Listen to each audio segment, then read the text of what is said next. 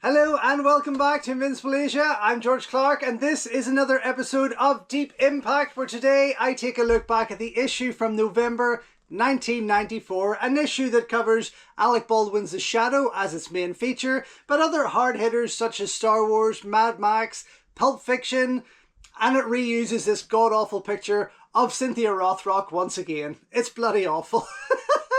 Anyway, let's hope that what's inside is a wee bit more exciting. Let's go Deep Impact.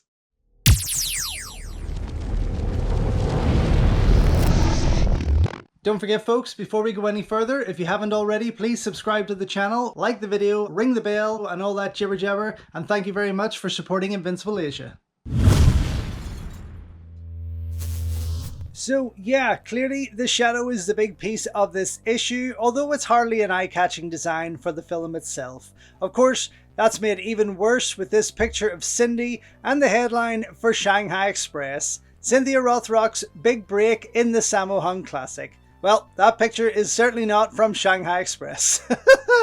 The issue also offers a free Star Trek 25-year mission poster mag, but that ain't in there anymore. Around the edges, we see the likes of Richard Norton, Brandon Lee and Donnie Yen listed, so here's hoping that what's inside is a little bit better. First up, we have a full-page ad for the video release of Star Trek's 25-year mission live on stage, where secrets will be revealed by William Shatner and Leonard Nimoy. Only $10.99 from all leading video stockists. Opposite, the contents page and Baywatch, Bay Logan's editorial, where he talks about, oddly, editing. Though I've always been aware of the importance that a good editor plays in the filmmaking process, it was only recently that I got a chance to actually sit in on the editing of a movie.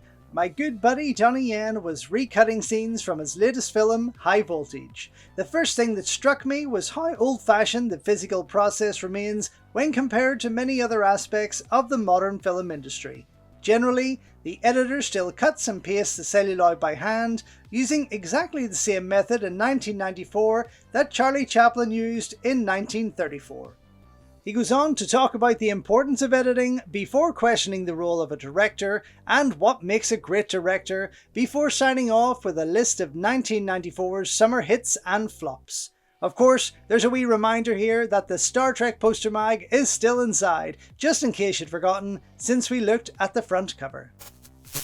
Page 4 and 5 gives us a double page spread on the big story of the piece, The Shadow, starring Alec Baldwin, an enjoyable action adventure based on the supposed inspiration for Batman, and a film I haven't actually seen for well over 25 years now.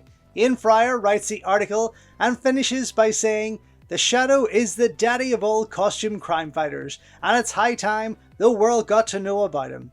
On the side, we get Shadowlands, a small piece on the worlds of the Shadow, talking about its pulp magazine starts back in 1913 through to its radio shows, films and so on. It's an interesting piece and it does make me want to go back and check this particular version out sometime soon. A top 10 follows, this time a double fistful of action movie glory as Impact lists their defining top 10 action flicks. Clearly all Hollywood productions, and as with all the top 10s, Enter the Dragon makes an appearance because it seems to be the only martial arts movie these people can ever fall back on. Anyway, moving on. The lightning rod follows, offering a host of exciting snippets and movie news, starting with Firing Blanks. Billy decides to stand alone. Prolific action movie actor Billy Blanks, currently at a video store near you in Showdown, has a new project in the works for Shapiro Glickenhaus. His previous production for them saw him paired with former WWF wrestler Roddy Piper, but this vehicle sees him stand alone as a former Marine countering street crime. Next to that, She-Hulk, No More. Bridget feels terminal force. Despite the warm reception afforded the project announced a couple of years ago, the movie version of the Marvel Comics character She-Hulk is dead for the lack of green stuff, money. Instead, the towering Nielsen gets to star in an effects-laden actioneer from independent producer Interlight. We'll keep you abreast of developments. Well, that could have been interesting. Down below, Strange Bite Fellows. Big screen game shows feature eclectic casts. The combination of Van Damme and Kylie Minogue looks like the biggest marriage made in hell since Stallone hooked up with Bridget Nielsen. However, that's just the pairing that producer Ed Pressman came up with for his big budget version of the video game hit Street Fighter 2. The flick was lensed down under, and everyone in LA was agog at how much JCVD was getting for so little work. What Kylie's doing in the picture is anybody's guess. Meanwhile, over at Mortal Kombat, the movie, former Highlander hero Christopher Lambert is joined by former Hong Kong action movie journeyman Robin Shou and all-purpose Asian screen heavy Kari Hiroyuki. No sign of original game character source Ho Sung Pak.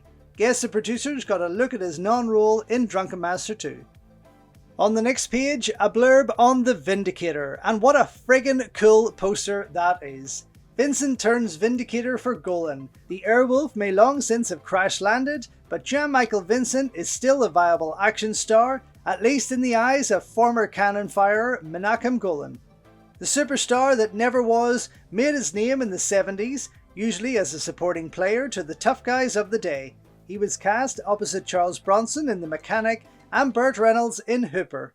Golan has starred the now-aging actor in a number of actioneers, with one of the proposed projects being a Terminator-style flick entitled The Vindicator. Above that, David Bradley's Blood Run. Some guys get all the luck. Overworked Bradley gets babes, budo and business. He may not be a big-name theatrical star yet, but former American Ninja David Bradley is booked up for action movie projects for further than the eye can see. In most of his films, Bradley relies on muscles and martial arts moves. However, the forthcoming Blood Run sees him trade bullets with the bad guys and get the babe in the delightful form of Anna Thompson. Word is that David's next project may see a return to ninjadom. Now, while there's a piece on Mickey Rourke's Marlboro Man running down the side, there's a small blurb on Jalal Murhi stuck in between. Virtually ready, Murhi to expect no mercy at Milan. Canada-based martial arts movie actor-producer Jalal Murhi is putting the finishing touches to his latest project, which places the usual chop-socky elements into a virtual reality environment. As ever, the Indian performer and one-time jewellery dealer stars. The film should beat another VR-oriented project, Camille Creefa's Dream Fighter, to the punch. The latter is to co-star Jalal's forming sparring partner, Bolo Yeung. The finished film will be on show at this year's Milan Festival. Over the page, the lightning rod continues with Van Damme's Time Cop. Van Dammed if you do, Van Dammed if you don't. Jean-Claude's Time Cop Warp. Is it our imagination, or has there been an uncommonly long gap between the wrapping of the Peter Hyams-helmed JCVD sci-fi actioneer and its release? Maybe Universal just wanted to avoid going head-to-head with the usual slew of big-budget summer action blockbusters. Whatever the reasons for the delay, advance word on the film is pretty good, and the US release has been brought forward. Van Damme fans have had a long wait since Hard Target, and his British supporters will have to be patient even longer as the flick does not open in the UK until next year. In the meantime, JC has not had the smoothest ride with the tabloids. First there was the alleged sexual assault charge filed against Van Damme and then girlfriend Darcy Lapierre. Jean-Claude, now divorced from Gladys Portuguese, married Lapierre at a surprise ceremony in Thailand, but is now said to be separated from her. Next, his appeal against the judgment awarded in favour of Jackson Pickney, the stuntman blinded during the making of Cyborg, was lost. Finally, he had to make a film, Street Fighter, opposite Kylie Minogue. It's enough to make anyone want to escape back in time. Up top, the often mentioned Sword of Honor is next.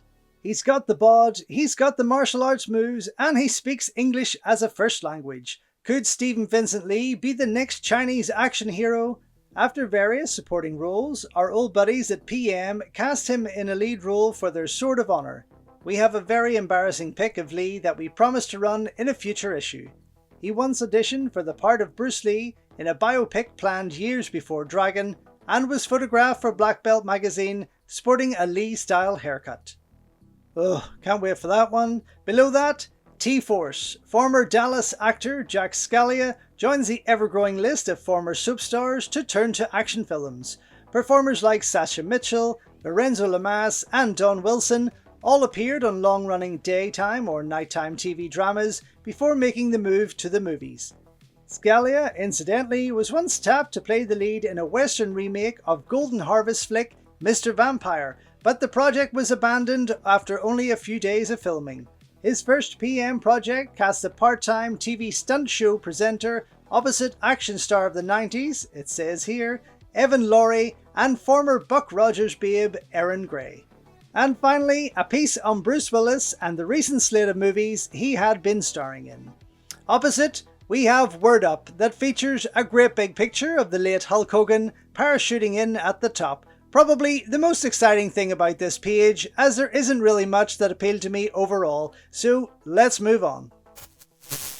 Next up, we have an ad for MAI Hotlines that'll give you all the latest news and gossip on Hollywood's action stars. And below that, another ad for a random publication called Come On Ref, offbeat interviews, stalker star profiles, glamour girls, cartoons, and that's about it. More fun than your inflatable banana.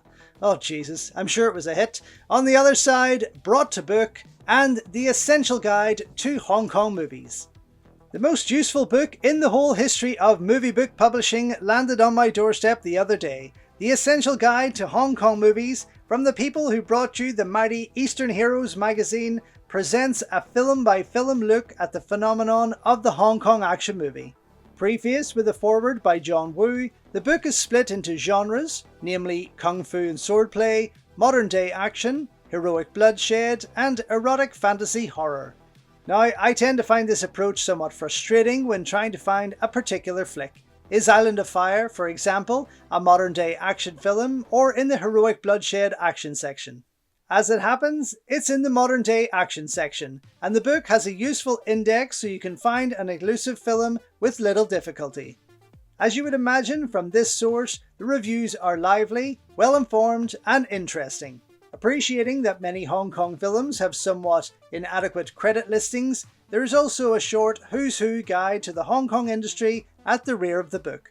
The information contained in this section is a little skimpy to say the least, but future book projects from Baker and Russell, including Deadly China Dolls, Profile Fighting Females, and a second volume of the Essential Guide, which I would presume would be heavy on the filmographies. I can't wait, since Volume 1 is a brilliant book, and you should go well out of your way to track down a copy.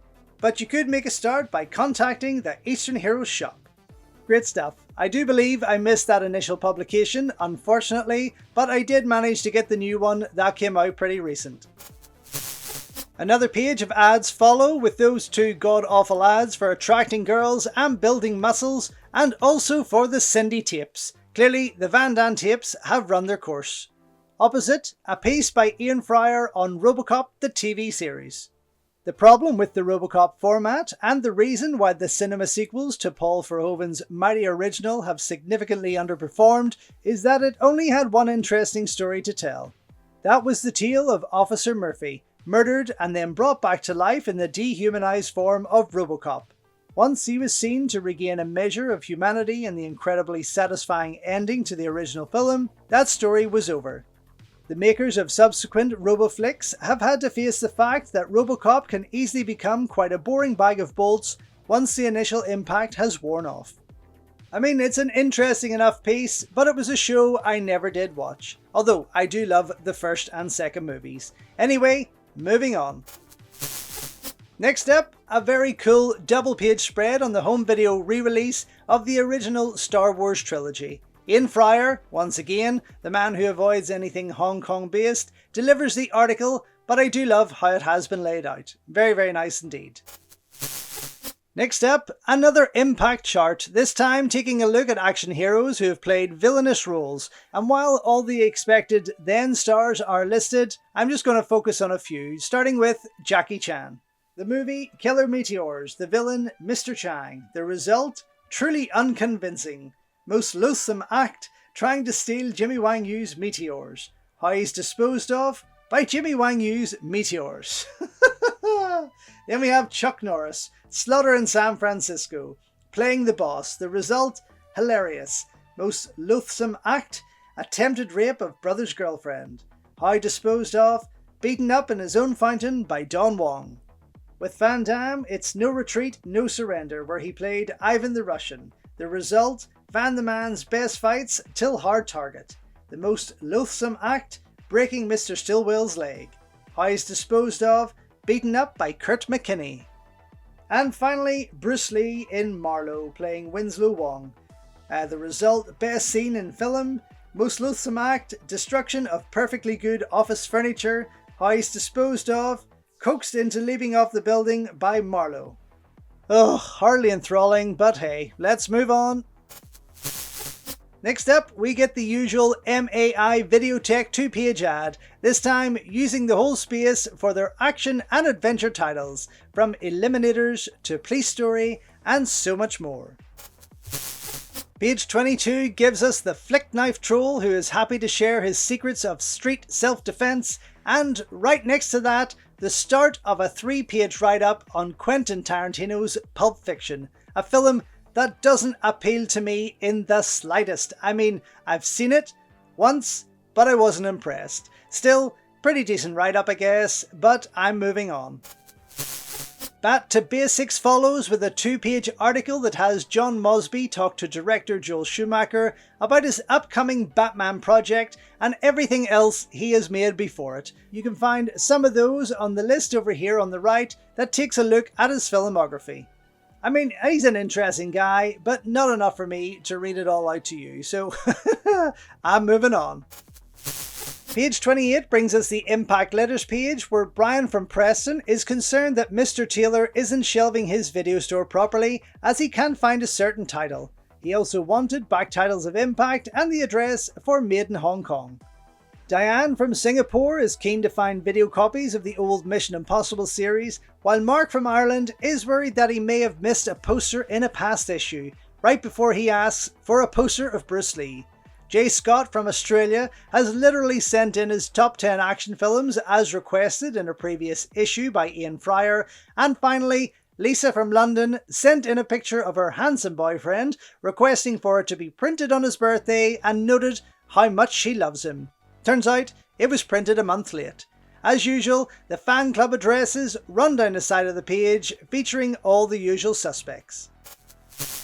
The TV scene follows on page 30, where they are promoting the new video releases of television shows such as Special Branch, Dempsey and Makepeace, Star Trek and Deep Space Nine, and the 90s adaptation of Quatermass. Opposite, an article on Ian Fleming's Casino Royale, the original James Bond of course, with Barry Nelson as Bond, and Peter Lorre and Linda Christian co-starring.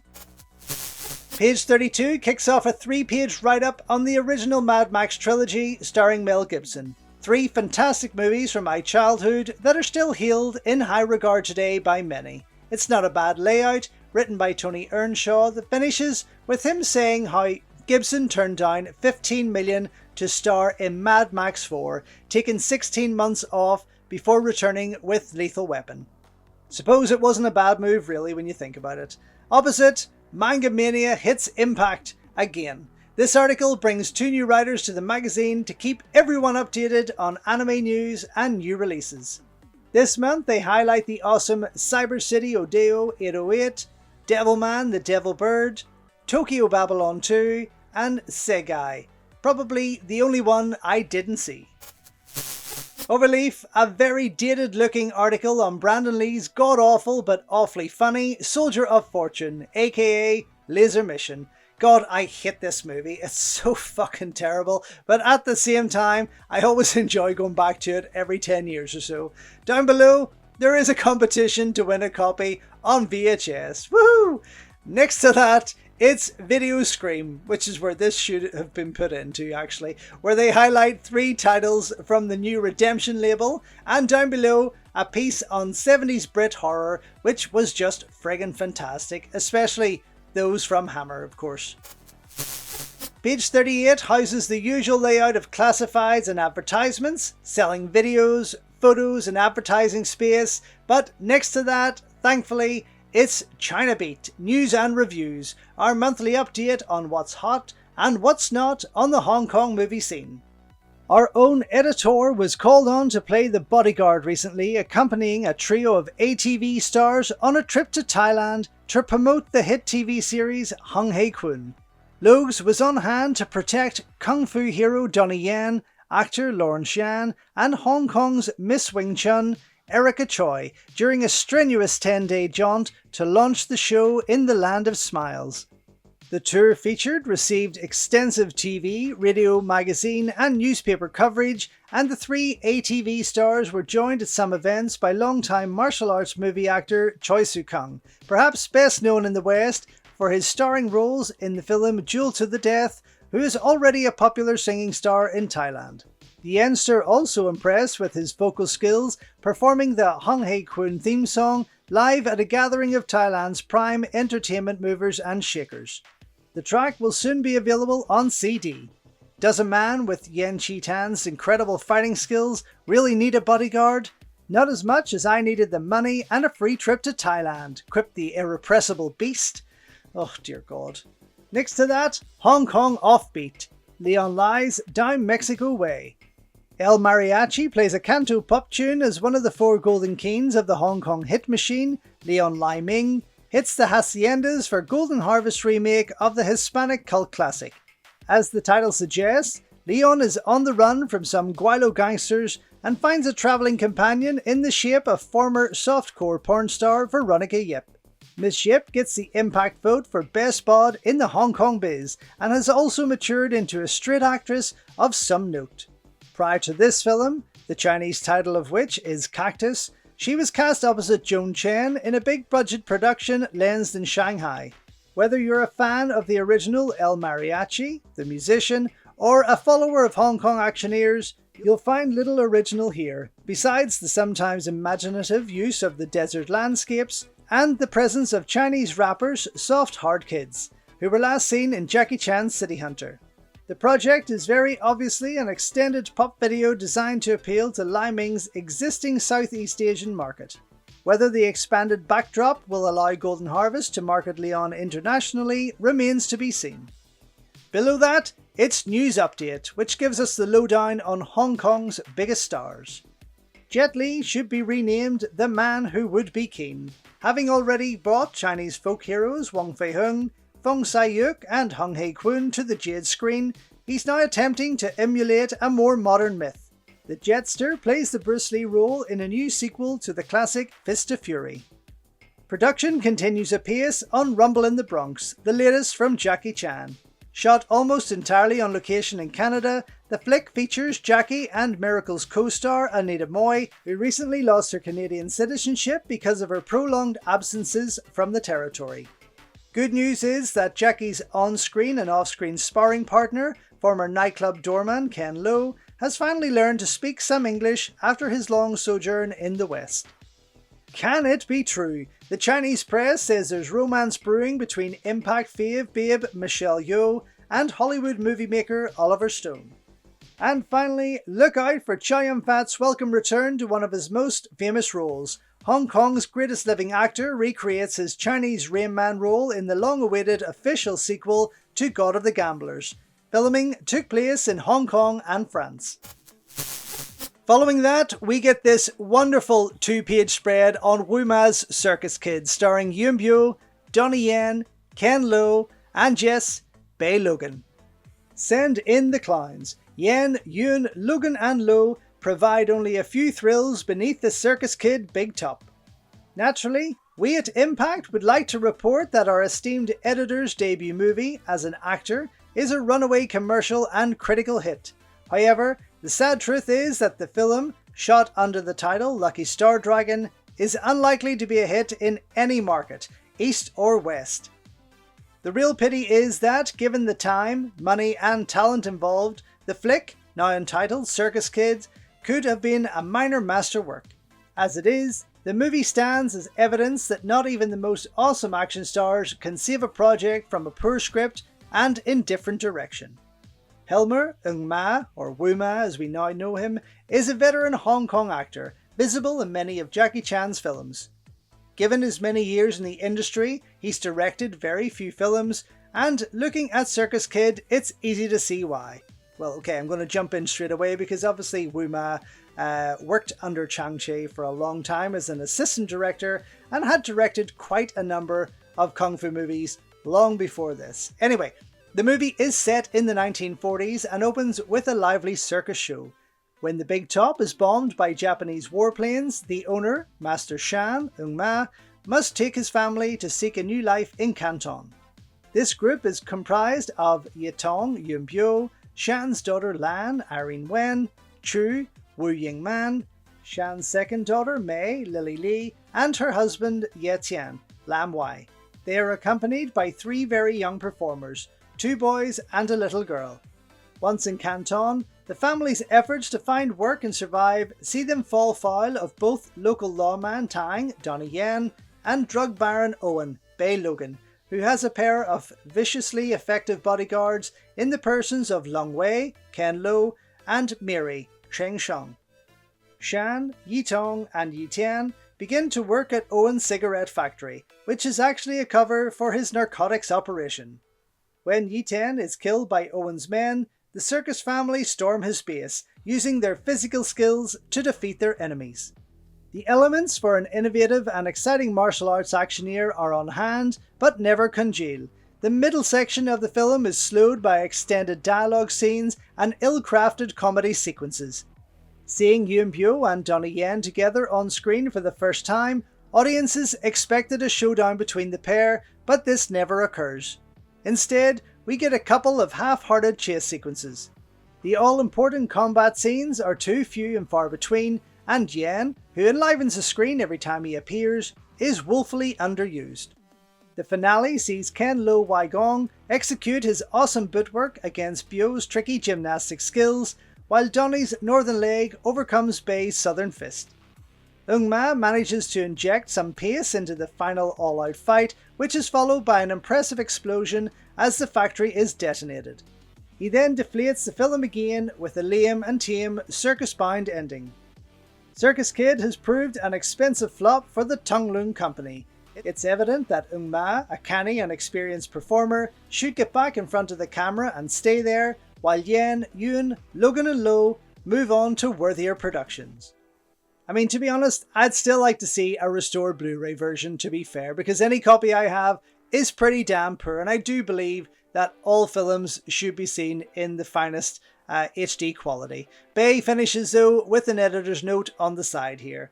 Though I have to agree that Circus Kid was a pretty poor effort, I'd like to say that the 3 months I spent making it in China provided me with one of the most rich and fulfilling experiences of my life. I feel privileged to have had the chance to fulfill an ambition held by so many people more worthy than myself. My love and admiration for the people I worked with remains undiminished by the fact that the finished film did not live up to our expectations. Peace, Bei. The video scene follows, where this month's releases are Flight of the Innocent, Mantis, Pentathlon, Jennifer 8, Night of the Warrior, and The Adventures of Captain Marvel. On the side, another piece on 1-inch punches, but absolutely nothing of interest for me, unfortunately. And finally, we come to Cynthia Rothrock and that article of Shanghai Express titled Shanghai Surprise. I mean, I'm surprised that they didn't put a big picture of Cynthia from Shanghai Express on the left-hand side here, because that picture is not from the movie either. Jesus Christ. Anyway. Although Cynthia Rothrock had first made an impression in Hong Kong films with In the Line of Duty, known over here as Police Assassins 2, it was with a much smaller role in Shanghai Express that people first began to sit up and take notice. Although she gets her picture on the sleeve, Cindy and Richard Norton don't get their time in the spotlight until the incredible all-action fight finale. The lead roles, in a very large cast, are taken by Sammo Hung, who also directed, and Yunbyo. Sammo plays a roguish, small-time crook who returns to his home village of Hanshui with the idea of blowing up the rail tracks so that the Shanghai Express, full of rich travellers, will be forced to stop and avail themselves of the town's facilities, including his stable of hookers. Meanwhile, the Hanshui police force have robbed the local bank with the idea of boarding the express, using the novel method of attaching themselves to the train with magnets to make their getaway. Fireman Yunbyo takes over the new police force, trying to keep an eye on Sammo, a well-known wrong'un, and catch the bank robbers. The approaching train also contains a gang of crooks who plan to take over the train and steal a valuable scroll from a group of Japanese samurai. Two fending old kung fu masters, played by Shek, Enter the Dragon Ken, and Jimmy Wang Yu, and their equally fractious children, and a government official, his fat wife, and his mistress. An Interpol agent, a kind of Chinese Clint Eastwood, trailing Samo, shows up, and if all that wasn't enough, a huge band of outlaws, including Rothrock and Norton, are preparing to raid the town. A period piece set in 1939, Shanghai Express is very much an Eastern Western, with much in common with early 70s Italian Western comedies like They Call Me Trinity. Other obvious influences include silent comedies and cartoons of the Warner Brothers Tex Avery variety, as the film's enormous appeal comes from much of its wild slapstick comedy as from its eye-popping fight sequences. The kind of wild action comedy that Hollywood forgot to make with the coming of sound, Shanghai Express is also distinctively a product of the Hong Kong cinema. An astonishing, non-stop rollercoaster ride of a movie, even those who have yet to be introduced to the unique pleasures of the Far East fight film will be entranced by the rocket-fueled laugh riot action epic. Shanghai Express is released by Popular Progress Films and is available from all good video shops, and most crap ones, for $10.99. Overleaf, instead of continuing the write-up in Shanghai Express, we get a one-page write-up on the team-ups of Rothrock and the late Richard Norton. Deadly companions, Rothrock and Norton. After getting together for their small but perfectly formed roles in Shanghai Express, Pocket Dynamo Cynthia Rothrock and Blizzard of Oz Richard Norton, Jesus, have proved a top-of-the-line partnership in action epics. China O'Brien 1 and 2, shot back-to-back in the best Superman Three Musketeers style, then released as two separate movies. The China O'Brien films were a concerted attempt to extend the Rothrock popularity into Western markets. Director Robert Enter the Dragon Klaus had previously directed Norton in his first major movie roles in Force 5 and Gymkata. Lady Dragon, Rothrock vs Norton this time, shot in Indonesia for kickboxer director David Worth. Norton is smoothly villainous, and their climatic contretemps is about as good as a scrap between two Westerners gets. Rage and Honor 1 and 2, this time the martial arts Mutt and Jeff got to do a real-life movie and sequel, shot at different times in different places. The first one was shot in Los Angeles and proved to be one of the duo's most popular vehicles. A later Rothrock vehicle, Honor and Glory, even aped the title. The stars were dismayed to find most of the fight scenes cut out at the editing stage. The sequel, subtitled Hostile Takeover, saw the pair return as the same characters, but this time in attractive Indonesian locations, and with their fighting thankfully making it to the film's final cut. Magic Crystal, nothing to do with the Muppets. This saw the dynamic duo travel to Greece, where the luckless Norton got to do one whole day's worth of shooting before clobbered by Rothrock with a wooden sword. Ouch. The rest of Norton's scenes, he really just has a cameo role, were performed with the stitched up part of his face pointing away from the camera. Very good, a bit of a throwaway page, but nice to see. Opposite, it's the coming soon page, giving us a cool shot of Bolo Yeung from Tiger Claws. Bolo's back. Everyone's favourite beast from the East talks shoot fighter sequels, Brandon Lee, and get this, Enter the Dragon 2. Well, I look forward to that one. We can also expect some articles on Natural Born Killers, Time Cop, Don the Dragon Wilson, Cage 2 and more, plus a free Hong Kong action movie poster mag, plus the chance to win a trip to Hong Kong. And finally, on the back page, that great full page ad for the awesome Cinema of Vengeance video release, available from MAI Videotech. Anyway, this has been another episode of Deep Impact. Thank you so much for watching and for your continued support. Until next time, enjoy your Kung Fu, and I'll see you soon. So thank you once again for watching another video here on Invincible Asia. Don't forget you can check out hundreds of others here on the channel. You can also show your continued support by heading over to my new merch store or by checking out invincibleasia.com, where you can read my full movie reviews and follow me on Instagram at InvincibleAsia. Until next time though, enjoy your Kung Fu and I will see you soon.